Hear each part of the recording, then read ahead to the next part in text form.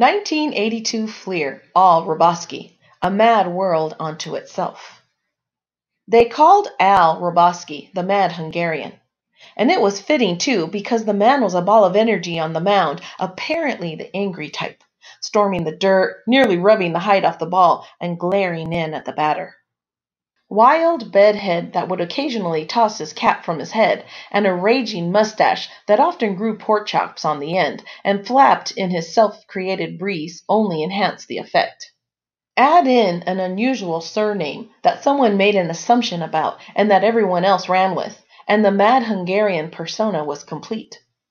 But maybe Hrabosky had something else to be mad about, other than cranking up a little abandon on the mound to intimidate opposing batters.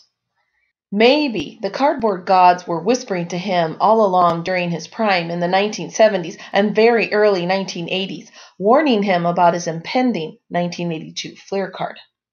Nothing too damning about that one, right? Right, until you turn it over. At first glance, you might think that the gaffe was intentional, a sort of nod to the fact that Hrabosky could do it all as a fireman. Pitching long relief, lockdown saves, win games, strike out everyone and their brother. All Hrabosky is sort of catchy. But read the fine print, and you'll see that all checked in with a height of just 5'1". That's 5 feet 1 inch for those of you that don't read tick marks. Now, the average fan might not have known exactly how tall Hrabosky was, but given that Freddie Patek was the premier mighty might of the era at 5 foot 5 inches tall, it was pretty good bet that Mad stood somewhere north of 61 inches. So chances were both the height and the name designations were errors on Fleer's part. Indeed, they went to work to set things right.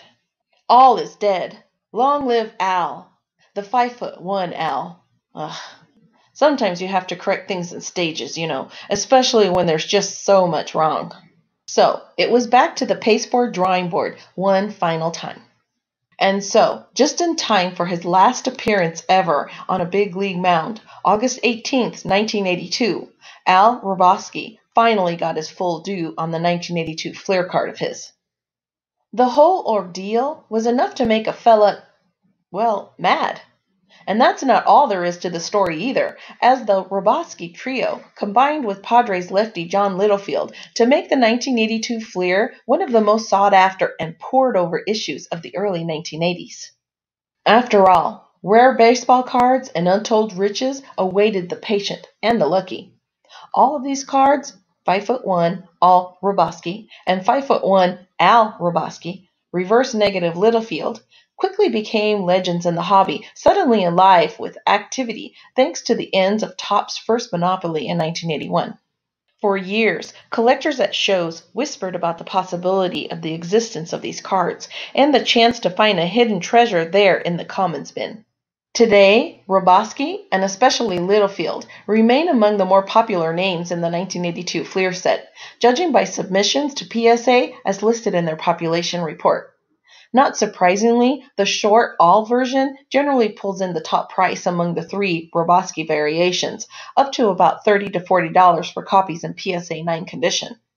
Meanwhile, the short Al version checks in around $10 in the same condition, while the corrected medium Al version will run you just a few bucks for a slab mint copy. No matter which version you lay your hands on, though, scoring a 1982 Fleer Al Hrabosky is definitely nothing to be mad about.